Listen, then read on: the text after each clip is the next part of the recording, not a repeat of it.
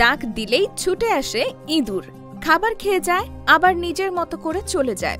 শুধু ইঁদুরই নয়, কাঠবিড়ালিকেও পোষ মানিয়েছেন সেন্টু। ধৈর্য আর ভালোবাসার মেলবন্ধনে সৃষ্টি হয়েছে এই সম্পর্ক। ঢাকা বিশ্ববিদ্যালয় চারুকলা অনুষদের সড়কে গেলেই চোখে পড়ে অদ্ভুত এই চিত্রের, যিনি ভালোবাসার মাধ্যমে পোষ মানিয়েছেন ইঁদুরকে। ইঁদুরের সঙ্গে গড়ে তুলেছেন এক অন্যরকম সম্পর্ক। যতদিন বেঁচে থাকি চিন্তা করলাম আমি নিজেও খাবো, আমার খাওয়ার থেকে কিছু অংশ ওদেরকে বিলীন করবো, খাওয়াবো। এটি আমার ভবিষ্যতের পরিকল্পনা। কেন আমার তো সেরকম সমর্থন নাই, এই দোকান ফেলা দিয়া অন্য খাওয়ার দিব সেই সমর্থন নাই। যদি হয় তাহলে ভবিষ্যতে তাদেরকে আমি খাওয়ানটা বিলীন করবো। যেমন অনেক জায়গা দূর দূরান্তে গেলাম, চোরের পাখি, ইঁদুর, তারপরে অন্য অন্য পাখিদেরকে খাওয়া দেবো। এটা আমার আশা ভরসা আছে। আর আমি আমার সঙ্গী থাকবে, যেখানে যাই সেখানে আমি দেখবো না ক্ষুধার্ত প্রাণী খাওয়ার জন্য উন্মুক্ত, তাদেরকে খাওয়ান বিলীন করবো, খাওয়া দিব।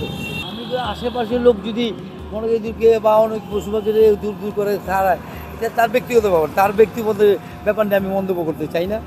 যার যার ব্যক্তিগত ব্যাপার। কিছু মানুষ আছে অনেক কিছু খাওয়ার পছন্দ করে না, সেটা তার অভিরুচি। তাদের প্রতি আহ্বান তারা যেমন তাদের প্রতি একটি আহ্বান আছে, যেমন অনেক কিছু বক পাখি অনেক কিছু মানে আটক করে রাখে, বেঁধে রেখে বা শিকল দিয়ে বেরিয়ে করে বা খাঁচা বন্দি করে রাখে। বক পাখি, সারস পাখি বা চড়ুই পাখি অনেক কিছু বন্দি করে রাখে। এগুলো বন্দি না করেনি আমি ভালো মনে করি। তাদের প্রতি এইটিকে আমার আহ্বান। তারা যেমন বনের পাখি বনেই সুন্দর, মানে এরা ছুটে বন্দি খাঁচার থেকে না রেখে এদেরকে উড়তে দেওয়াই ভালো মনে করি।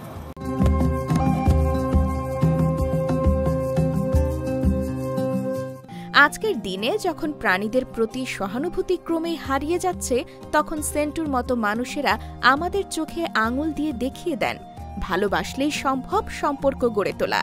সেন্টুর এই গল্প শুধু এক পশুপ্রেমীর গল্প নয়, এটি এক নিঃশব্দ প্রতিবাদ, প্রাণীদের খাঁচায় না রেখে তাদের মুক্তির পক্ষে এক মানবিক কণ্ঠ।